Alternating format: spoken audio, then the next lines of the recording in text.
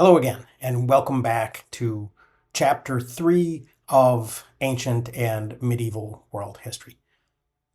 In this chapter, we're going to take a look at some of the earliest river valley civilizations and see how people living in many river valleys around the world began to develop settled societies. And we'll try to examine what was similar and what was different about these societies. Now, these river valley civilizations created some of the world's first cities that we know of. While these earliest large communities all seem to have been enabled by some form of staple agriculture, it wasn't necessarily the same kind of farming, and farming was not the only new development that provided the energy for this shift. Other new technologies included kiln-fired ceramics, which was very important because, of course, they would have needed to store these new agricultural products, and also new copper tools and the weaving of textiles.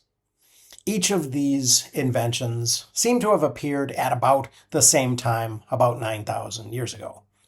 And as far as we can tell, were all adopted very quickly in the Near East and China and India. It's unclear exactly where some of these innovations may have been made, once again, because, like the wheel, they were all adopted very quickly by everyone who saw their value. Yes, this does mean that people seem to have started wearing clothes made from woven cloth at about the same time they first began living together in larger communities and ultimately in cities. And as we have already discussed in the last chapter, agriculture was not really an unmitigated benefit, and neither were these other major changes. A big part of assessing the benefits and the costs of a change like urban life or like agriculture involves defining the terms. The effects, whether we end up evaluating them as upsides or downsides of a change, are not usually that evenly distributed among all of the people. In fact, I might propose a sort of historical law, or at least a truism, that it would be useful for us to keep in mind, that who benefits and who bears the costs of any change in history are some of the most important and interesting questions that we can ask and things that we can try to understand. And this idea is actually based on a principle that I learned a long time before I actually began studying history. My original degree, after a long and very strange undergraduate career, was in a field called agricultural economics that applied the ideas of both macroeconomics and microeconomics to food and natural resources. One of these ideas, which tends to be ignored a lot of the time in mainstream economics, but was really a key to understanding a lot of things in natural resource economics, was the concept of externality.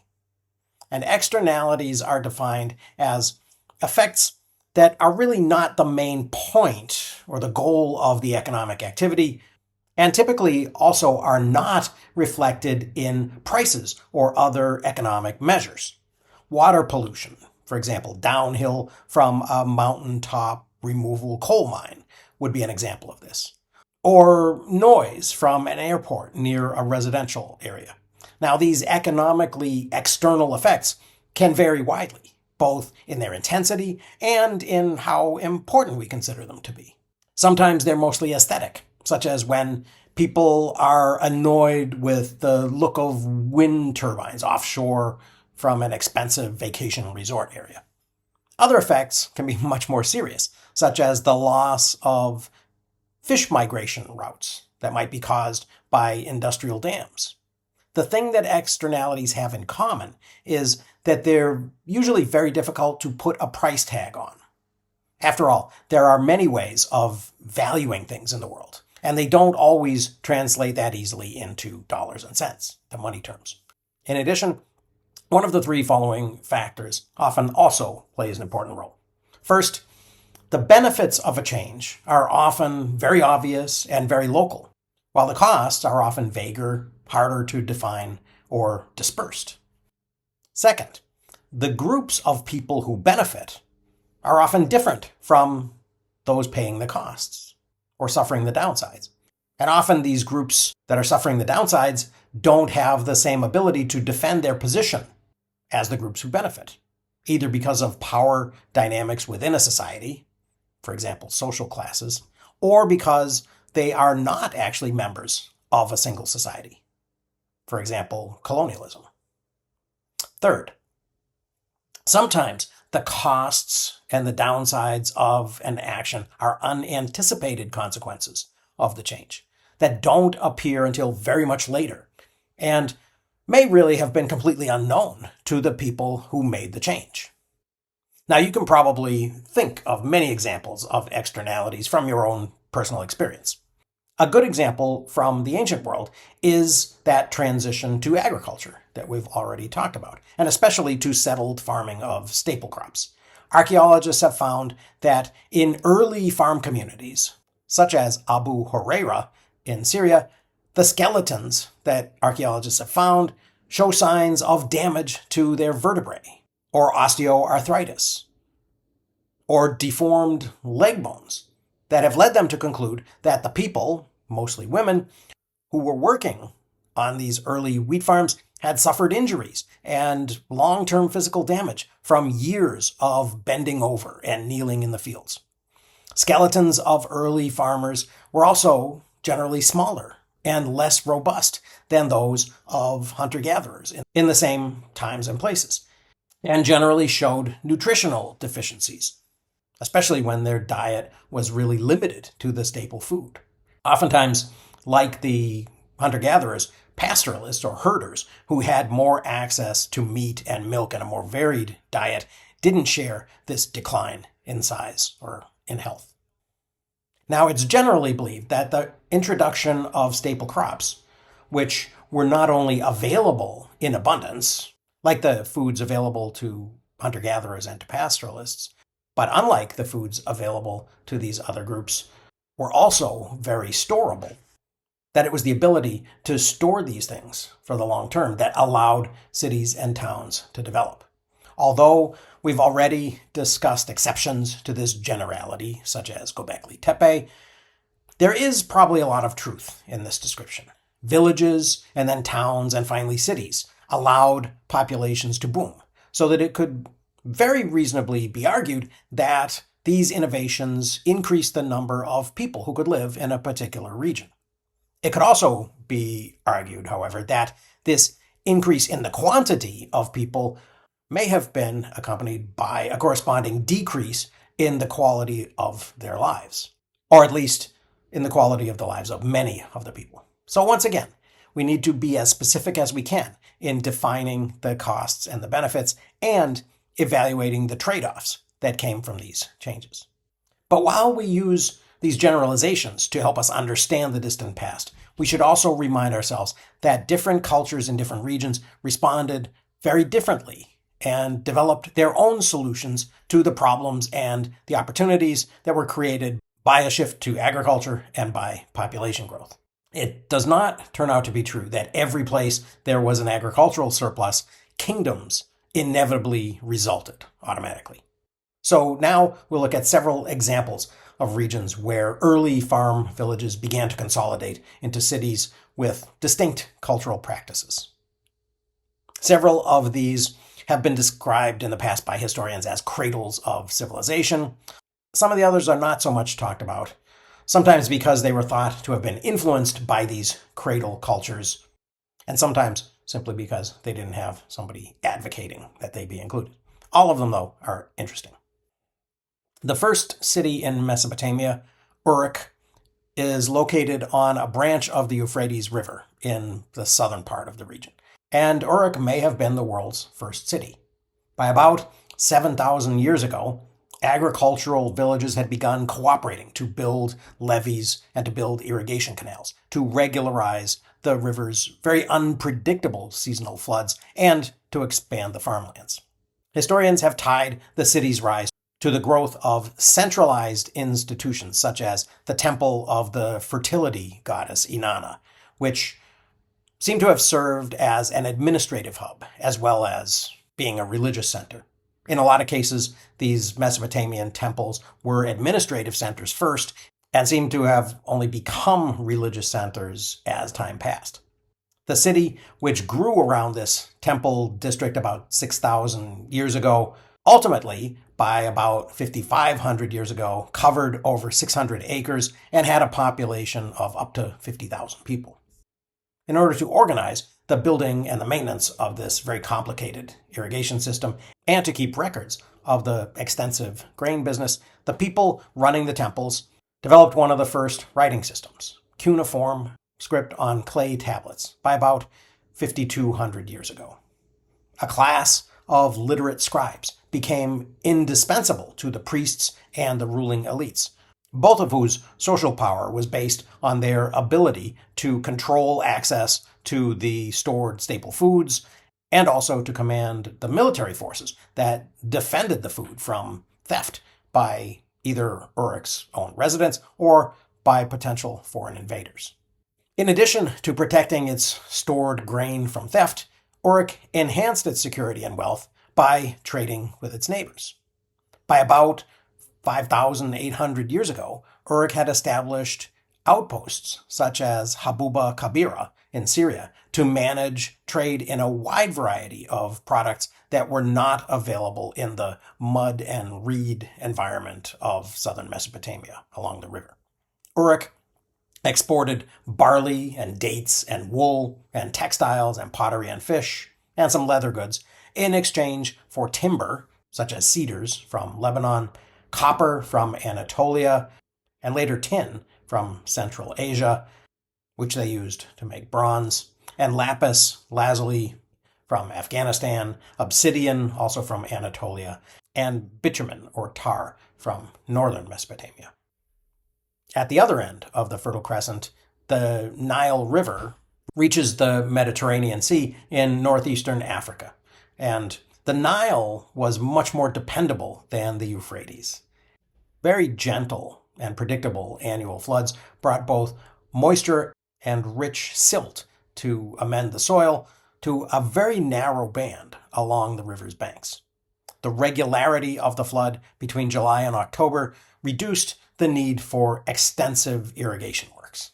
Egypt's farmers grew wheat and lentils and chickpeas and flax for linen cloth. A kin-based elite emerged in early communities, such as Hierakonpolis in Upper Egypt. As in Uruk, families responsible for storing grain accumulated social power, although they lessened the sting of the inequality that might have been created by this by brewing beer and by making bread for the rest of the people. By about 5,800 years ago, Hierakonpolis had become Egypt's first city, with a local elite that gained control over trade routes to the Red Sea for shells and obsidian, and into the deserts for gold and copper, and later, more widely, for luxury goods like cedar and lapis. The city's population didn't reach that of Uruk, but did get to about 10,000 by about 5,500 years ago, and the local surpluses began to support artisans who were able to specialize in producing pottery and stone tools and jewelry. Because this annual flood of the Nile was considered a heavenly gift, both the priestly elite and the chieftains were seen as divine intermediaries, and this set the stage for the semi-divine pharaohs of the dynastic period that began about 5,150 years ago. The most famous and recognizable remnants of ancient Egypt, of course, are the pyramids. The first of these was a step pyramid built about 4,670 years ago as part of a necropolis or a burial complex for a pharaoh named Djoser by an architect who was also the ruler's chancellor, who's remembered as Imhotep. And it is thought to be the oldest surviving stone building in the world. About 100 years later, the largest of the pyramids of Giza was built around 4,580 to 4,560 years ago. This is the Pyramid of Khufu, which rises 481 feet above the plain. This is both the first and the largest of the pyramids, and is the largest stone building in the world, still today. Construction was a huge task that required a great degree of coordination. Although the core of the pyramid was built from local limestone that was quarried right there on the Giza Plateau, the white casing limestone that covered the exterior, which is all gone now, came from about 10 miles away across the Nile River south of modern Cairo, which at this time would have been called Memphis. And the granite used in the king's chamber and the sarcophagus was quarried about 500 miles away in Aswan in southern Egypt. The ancient Greek historian Herodotus wrote that it took the Egyptians 20 years to complete the Great Pyramid, and this estimate has been generally accepted by most modern historians. The pyramid contains about 2.3 million stone blocks, averaging about 2.5 tons or 5,000 pounds each. Some of the granite elements, like the roof stones for the king's chamber, weigh up to 50 tons. To complete the pyramid in 20 years, more than 20,000 workers working 10 hours a day would have needed to set a block every couple of minutes.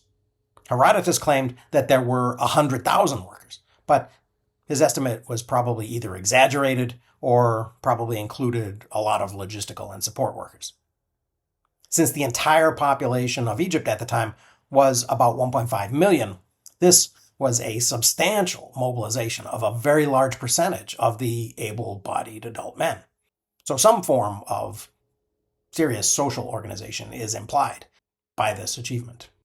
Now, one advantage that Egypt had in its later history, which was not shared by all of the other cultures, was that it was protected from invasion by geography. The sea and the mountains to the north and the south, and deserts to the east and the west. But the deserts are a relatively recent phenomenon, it turns out. When Hierakonpolis was becoming a significant city, an 8,000 to 9,000 year-long period known as the African Humid Period, also known as the Green Sahara, was just beginning to come to an end. During this period, the African monsoon, which nowadays is much farther south, extended to about 31 degrees of north latitude, or nearly to the Mediterranean coast. And this increased rainfall created a landscape of savannas fed by lakes and rivers. Hunter-gatherers and herders would have flourished in this landscape, although the higher, more extreme flooding of the Nile that it caused may have delayed the growth of wheat farming communities along the river for a while, just to that period when Hierakonpolis began. Instead, for quite a while, emmer, wheat, and barley seem to have been first cultivated around the lakes that have now been lost to the desert.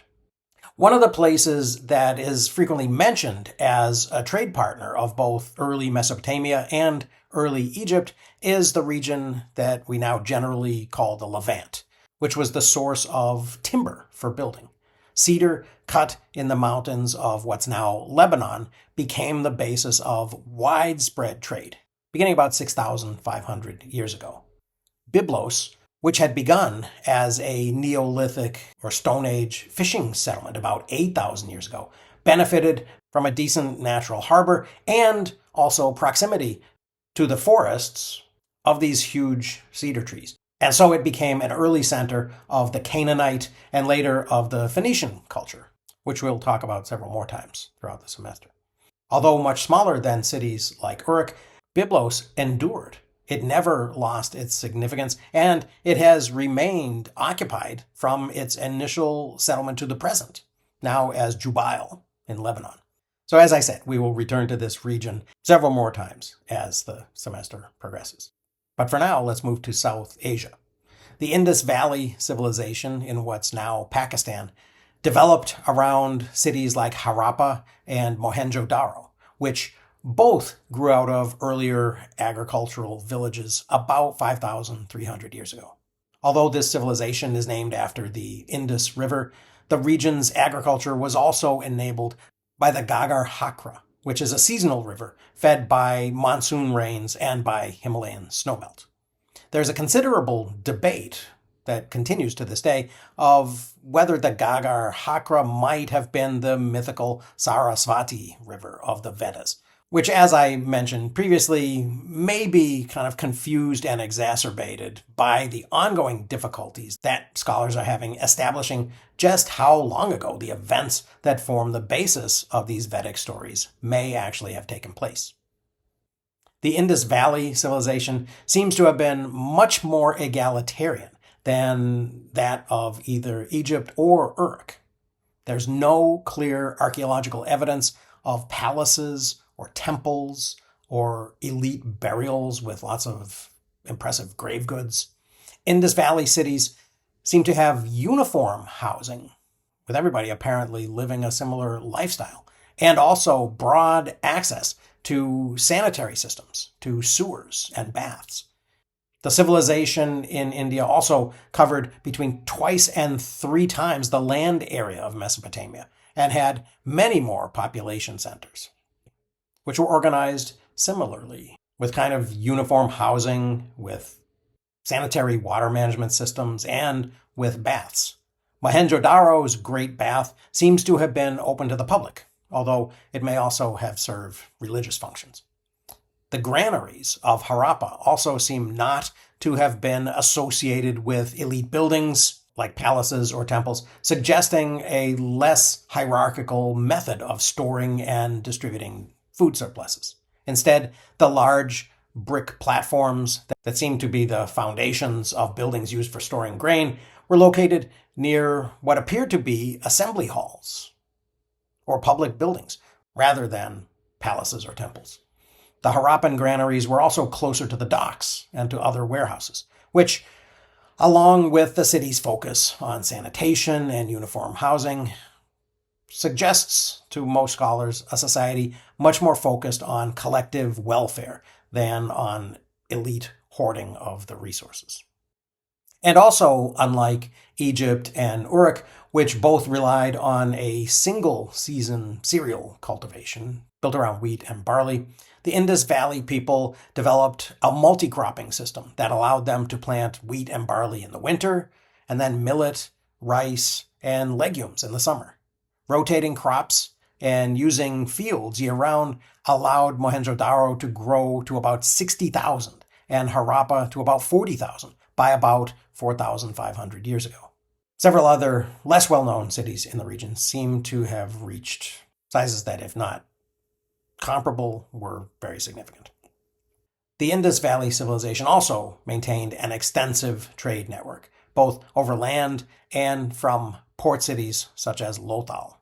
The brick-lined dockyard at Lothal was protected from the tides by a lock and gate system that prevented the water level from shifting and facilitated loading and unloading cargoes. Trade partners included Mesopotamia, from whom they bought silver and tin and copper and woolen textiles, the Persian Gulf, which was a source of copper and pearls, and Central Asia, where they got lapis lazuli, turquoise, pottery, and tin. And trade was so central to their lifestyle that the Indus culture established a uniform system of weights and seals that were used across the entire Indus Valley area and helped to standardize trade.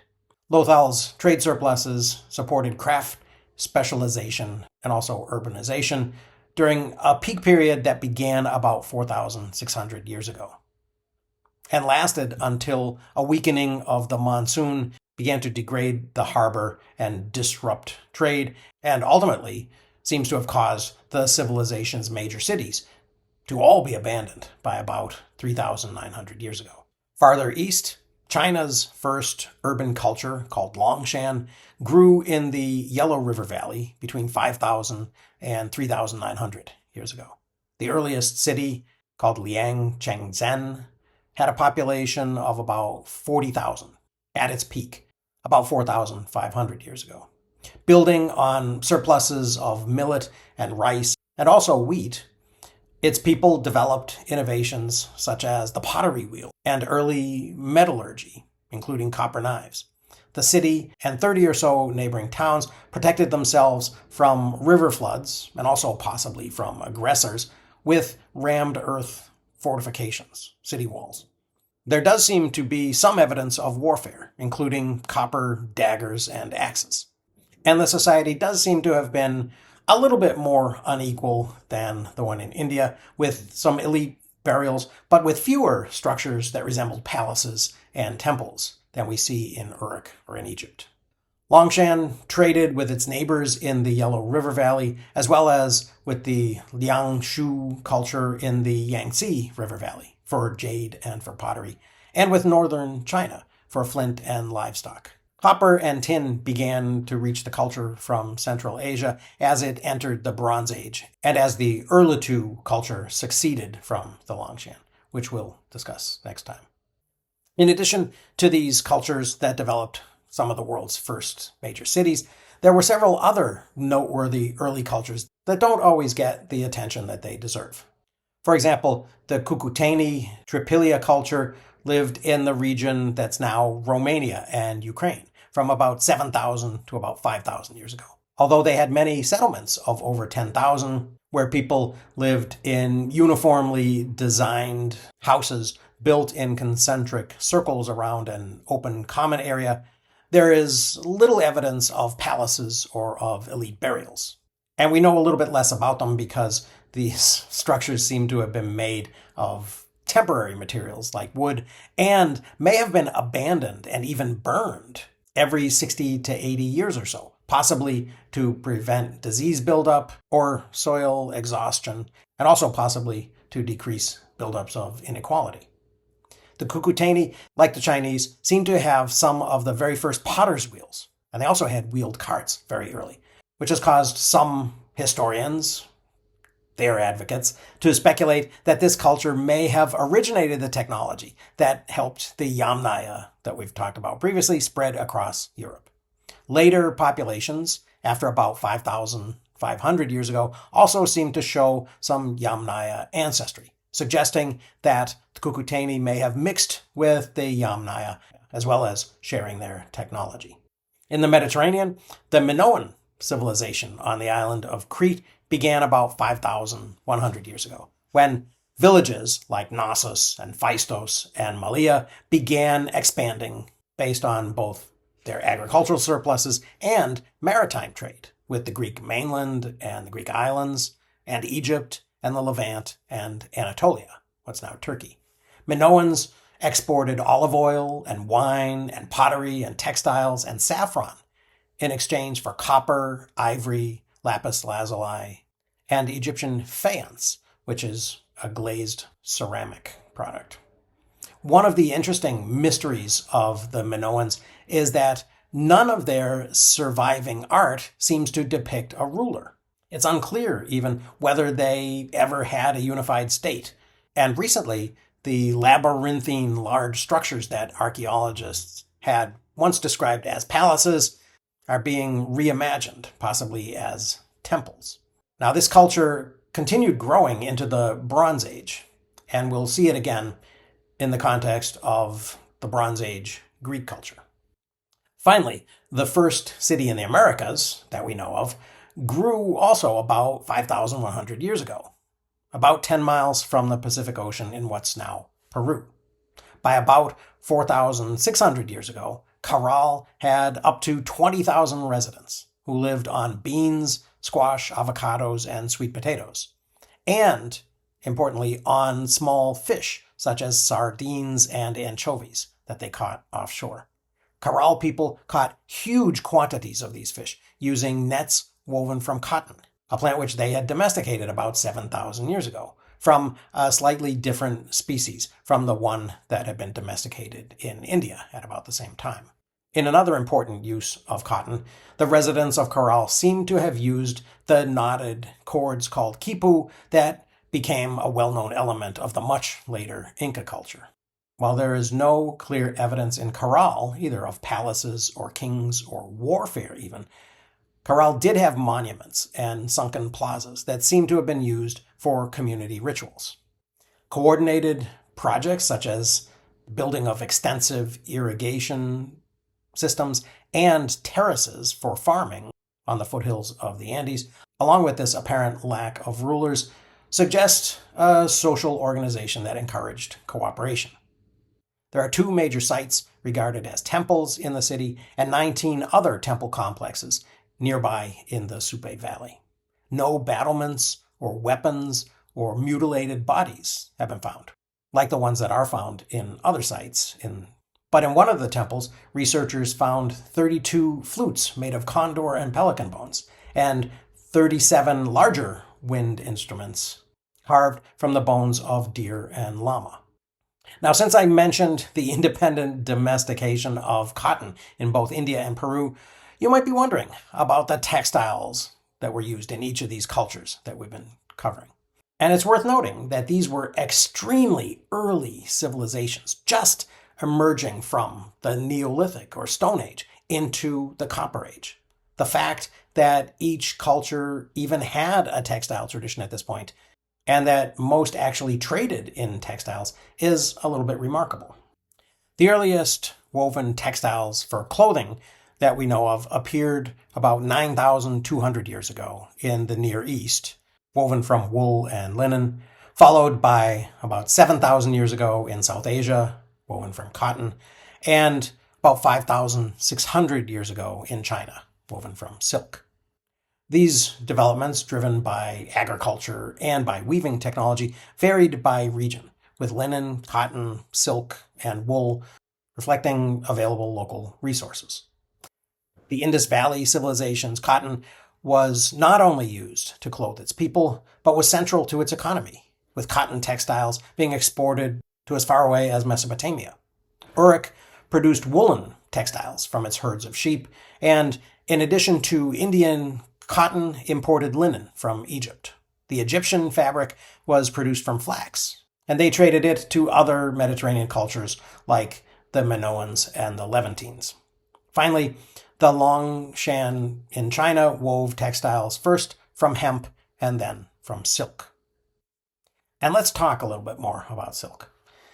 The earliest known use of silk is dated to about 5,600 years ago in the Yangtze River Valley. Silk, the thread spun from the cocoons of the Bombyx mori silkworm, became a hallmark of Chinese culture. Wild silkworms, which were abundant in the region, were fed on mulberry leaves, and then their cocoons were harvested and boiled to extract silk threads. The existence of the silkworm, its exclusive diet of mulberry leaves, and the production process were all closely guarded secrets of Chinese culture, and later of the Chinese Empire, which actually managed to protect the secret for about 4,000 years. Silk production was a state-controlled industry, and there were severe penalties, including death, for leaking information about the process. Finally, through a combination of migration and industrial espionage, the secret of silk eventually spread to Korea and Japan in the first century of the Common Era, and then also along the Silk Road. Sericulture reached India about 300 of the Common Era, and Byzantium by 552. While China was able to hold on to the secret, silk was one of the most sought-after products of the ancient world. It was worth its weight in gold in Imperial Rome. Silk production and trade in silk was a key to China's wealth, its cultural prestige, and its diplomatic power. And it accounted for possibly a quarter of China's income at the peak of Silk Road exports. So very gradually, sometime between about 5,000 and about 4,000 years ago, each of these early river valley civilizations grew into city-states and then typically later into empires. The changes happened at different rates in different cultures. For example, although kingdoms grew in China, the Chinese Empire didn't begin until about 2,000 years ago.